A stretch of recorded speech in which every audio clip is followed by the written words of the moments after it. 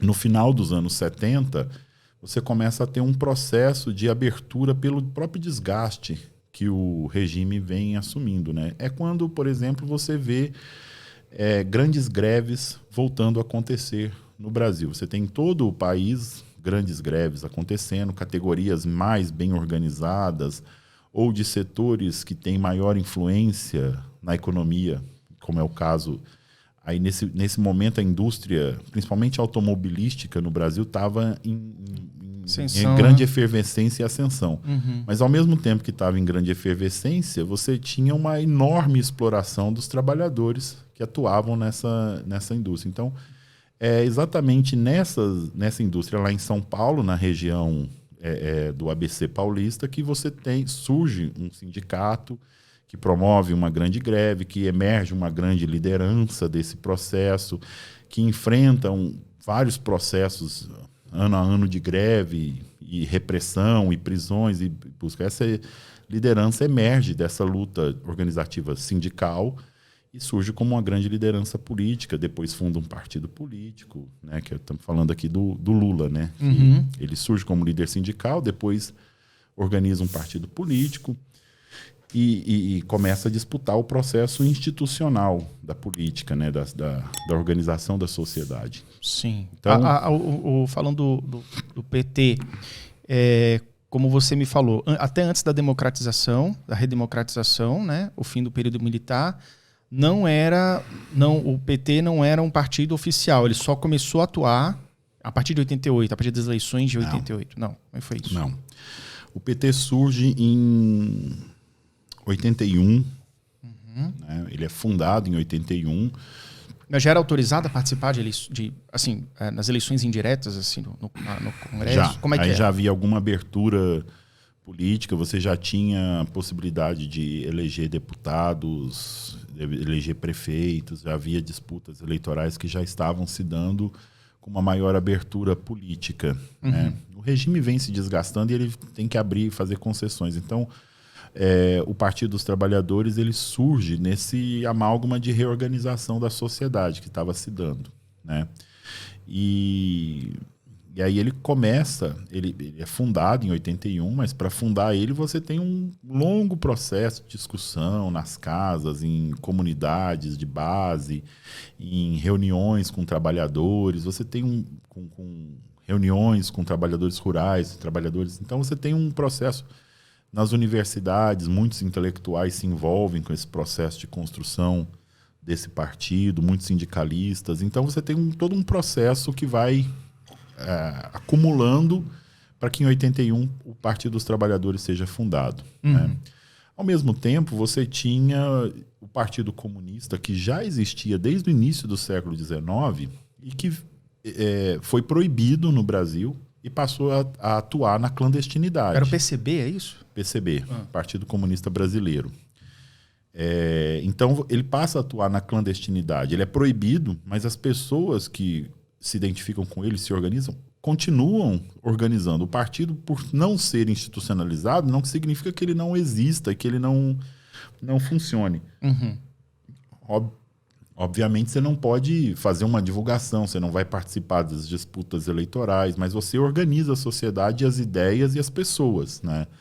Num processo muito mais restrito, muito mais contido, mas ele continua existindo como ideia. Né? Então você acha que essa questão da ideologia, que já nós sabemos que vem mais de 100 anos aí, a questão da esquerda. O processo a via da ideologia veio mais ou menos dessa época, se falando de esquerda no Brasil, a instalação da esquerda, a fixação, né, da esquerda no Brasil, nesses períodos de transição?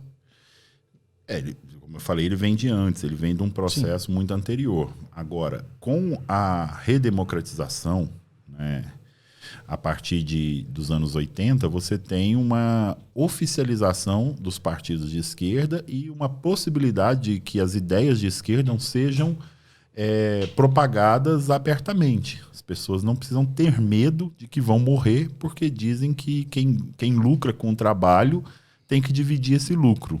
Né? Então, é isso. Você fala, olha, eu trabalho, eu produzo e eu sou explorado. Meu trabalho produz riqueza e parte dessa riqueza é roubada por outra pessoa que controla o trabalho, as matérias-primas, a fábrica, o maquinário.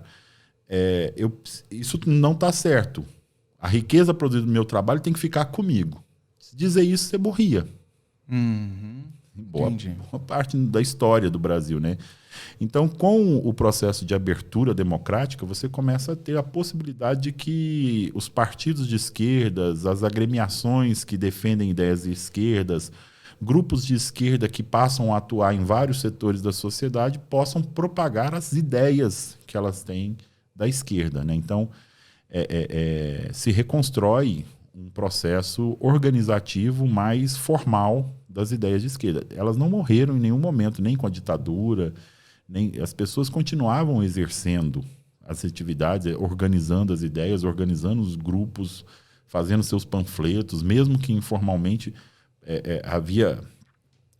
Eu não lembro agora qual o filme que mostra, mas o cara faz uma série de panfletos, mimeografa esses panfletos, ele passa na porta de um banco e joga os panfletos dentro do banco e vai embora.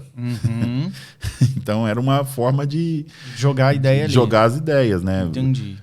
Panfletar na porta de uma fábrica dizendo que o salário estava muito baixo, o cara era preso. Então o negócio era passar correndo ali, jogar um negócio e sair correndo, né? Imagina. Exatamente. Então, por exemplo, os sindicatos iam panfletar na porta da escola, sindicato de professores ia panfletar na porta da escola, chamando os professores para uma reunião, ele era preso. As reuniões eram proibidas. Era proibido ter reunião no Brasil. A reunião tinha que ser autorizada pela polícia. E quando você tinha reuniões, quando você começa a ter reuniões, todas elas eram gravadas, tinham... Até hoje, essa é uma prática muito recorrente da polícia brasileira de ter o espião infiltrado no meio de alguma coisa. Então, toda assembleia nossa, por exemplo, tem sempre policiais disfarçados ali circulando. A gente vê claramente que ele está muito mal disfarçado, mas está ali.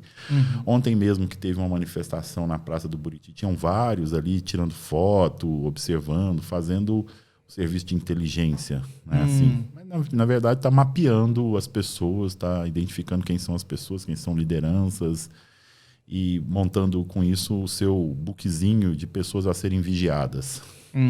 Então isso existe hoje, assim, digamos, né? Até, mesmo que não seja oficial, ainda existe essa prática, né? Essa cultura não morreu no Brasil. Essa cultura da vigilância, né, não morreu. Inclusive a própria polícia militar, ela é um resquício, né, desse regime militar. Ela tem uma história mais antiga de seu processo de formação, mas o papel que ela exerce de vigilância da sociedade constante e ostensiva, ela é um resquício ainda do período ditatorial, né? A forma como ela age, como ela atua na sociedade, ainda é os mesmos moldes de vigilância da sociedade no período ditatorial, da ditadura militar no Brasil, né? Então, quando os estudantes entoam lá o grito deles de tem que acabar a polícia militar, não estamos dizendo que não tem que ter nenhum nível de polícia, de segurança pública, não existe isso.